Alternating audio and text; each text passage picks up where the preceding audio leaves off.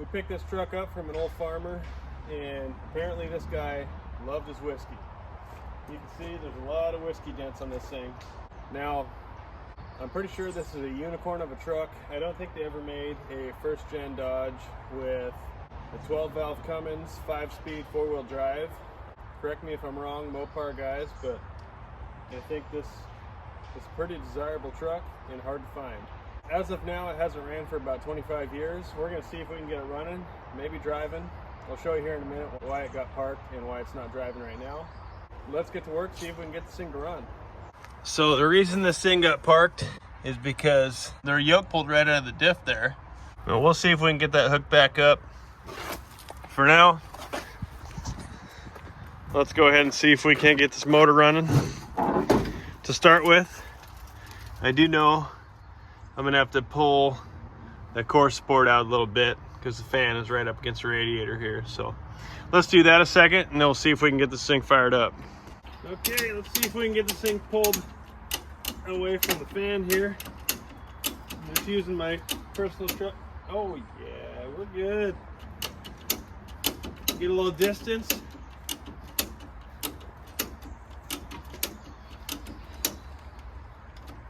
Let's see if we gain anything.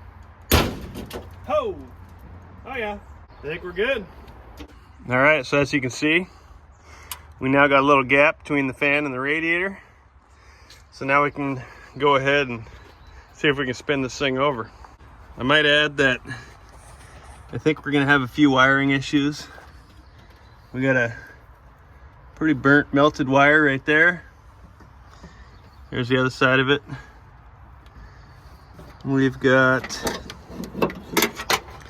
a lot of wires just hanging out that we'll have to see if we can figure out where they go. Another one right there. A couple of these thick wires here. That looked like it was a fused link. I'm assuming that probably went to something that had to do with power.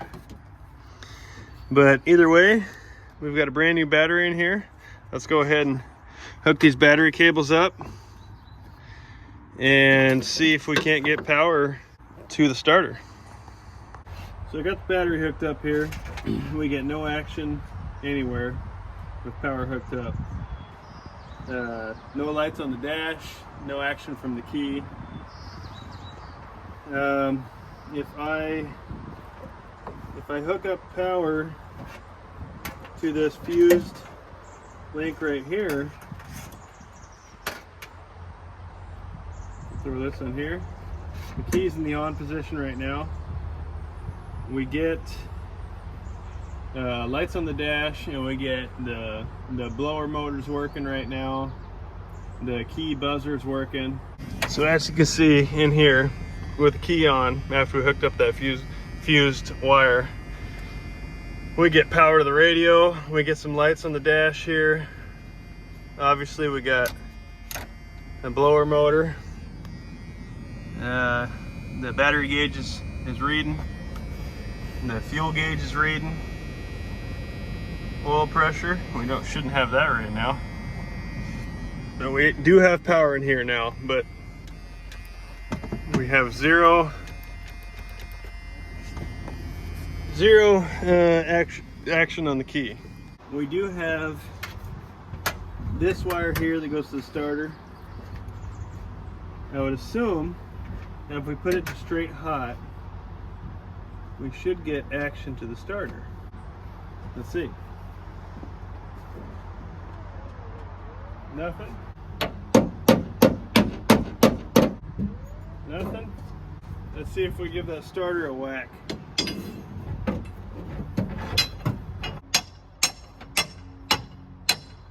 Nothing. More works.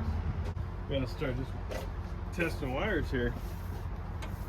I wonder if I jumped.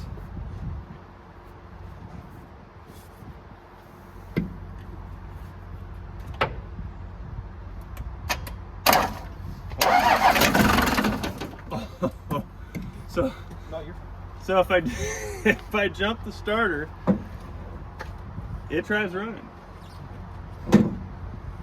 The only question is, I have power to that, to my signal wire on the starter, but the key ain't doing anything. So obviously there's a wire in here that ain't connected, and I'm gonna have to figure out which wire that is. But let's see if we can get this thing to run.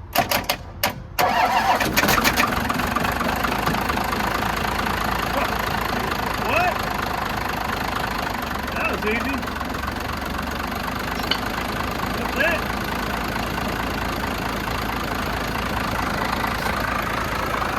He's running.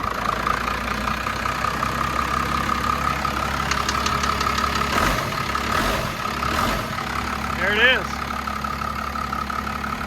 All I did was jump the starter.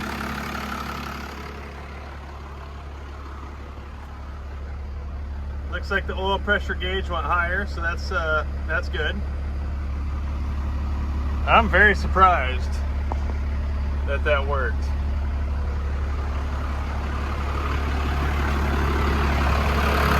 So she's a runner. Sounds good too.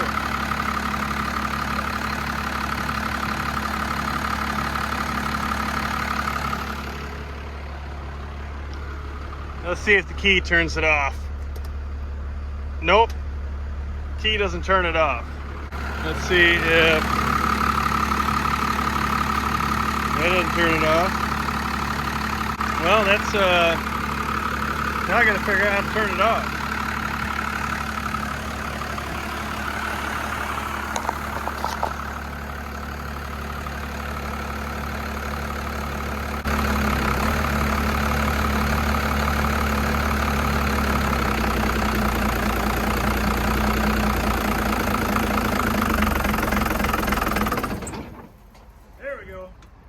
That'll turn it off. I cannot believe. Can you believe? That was bizarre. So I had to throw it in gear to turn it off. This thing runs like a dream. That sounded phenomenal.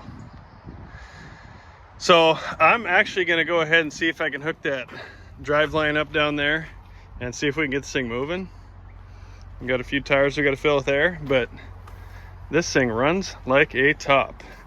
I might go ahead and see if I can figure out how to get the key to run it, but that's not really that important to me. So she's a runner. Awesome. I'm pumped.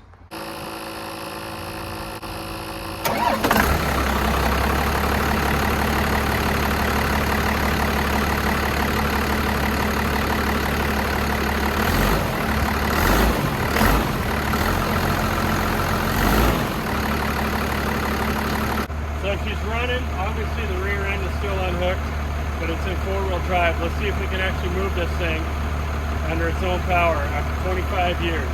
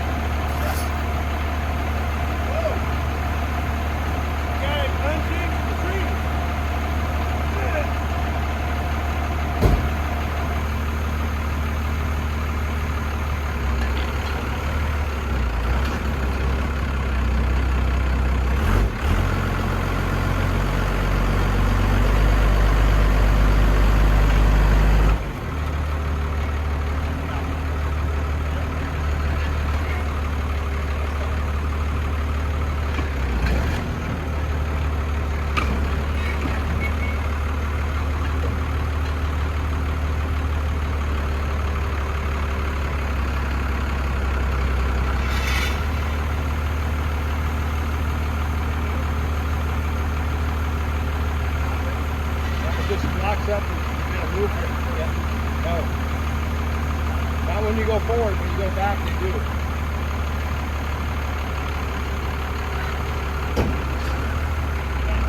That catches like you just hold it right there.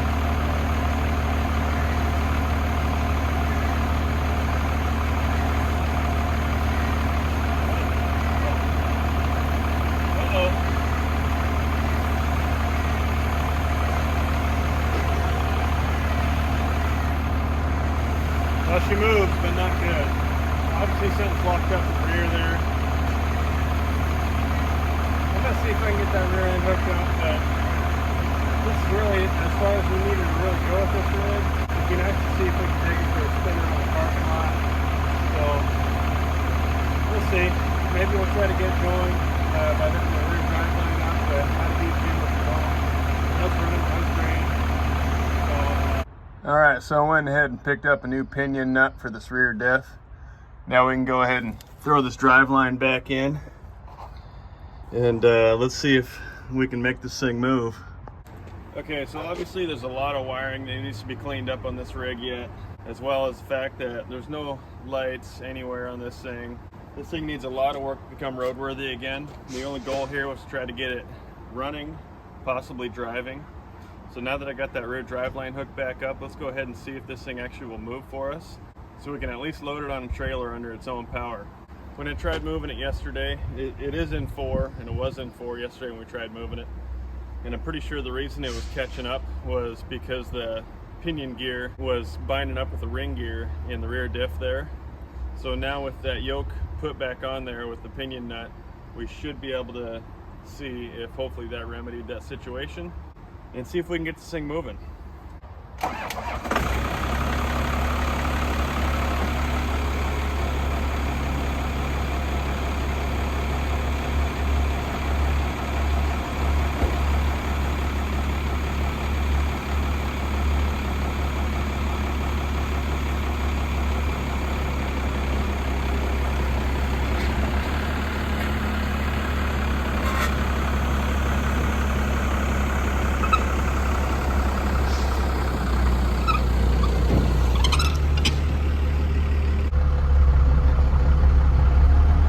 So it does move, but it's far from great. There's a lot of clunking and banging going on in the rear.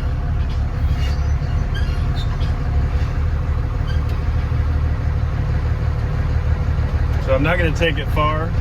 But at least now we can load it on a trailer. So I probably would have been chasing wires for days. So as far as starting this truck, I wired in a push button start. Fires right up with the champ. For shutting it off, I got a custom pull string that shuts the fuel pump off, and we're good to go. Okay, so I didn't want to take it real far. Matter of fact, I didn't want to really take it anywhere because obviously this thing needs a lot more work to become worthy of taking for a rip. So I'm going to go ahead and just leave it as it is for fear of having anything else go wrong on this thing. It runs. It moves under its own power. We're gonna call it good there. These old Cummins motors, man, they're tough. They just go through anything. So after 25 years, this thing still runs that well. I'm afraid that's as far as we're gonna take it with this truck. I gotta move on to other projects that we got sitting here that take a little more priority. It is pretty neat to get your hands on a truck like this that supposedly is super rare, but this thing's gonna need a lot of work. This was just going to be a quick little deal to try to see if we can get this truck running again. So do me a favor and hit that subscribe button, like, comment, share, do all that good stuff, and we'll see you on the next one.